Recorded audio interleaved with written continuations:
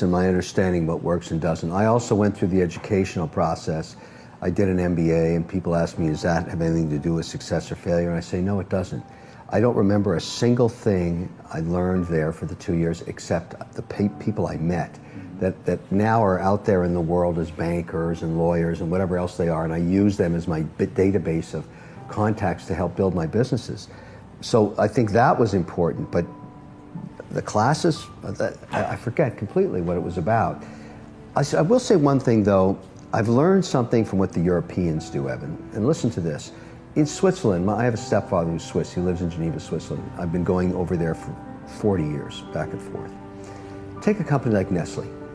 They offer an internship program that they call an apprentice program over there. It's almost like the sorcerer's helper in a Disney movie.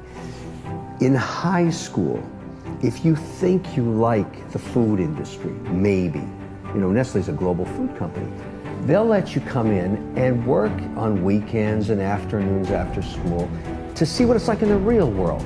Even though you're just a teenager, why are they doing that? They're trying to figure out who is going to be the next asset for their company that is going to be someone who attaches themselves to the business maybe long term. So they get to try you out, you get to try them out, they pay you a small stipend. But that's an apprenticeship. What an opportunity for you. You're a team.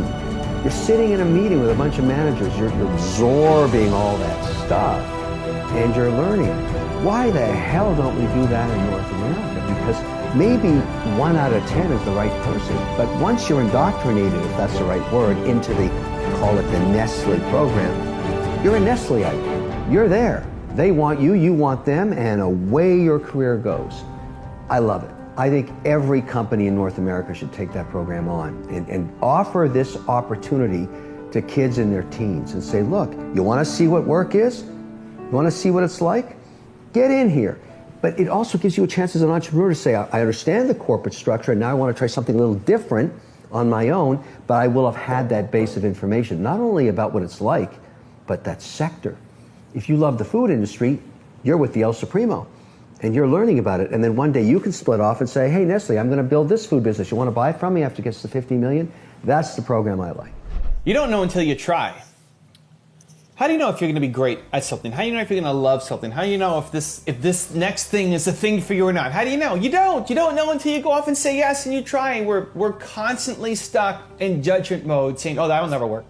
That'll never work for me. I won't enjoy that. Until you actually do it, you're not going to get the feedback to know if it's worth doing or not. I think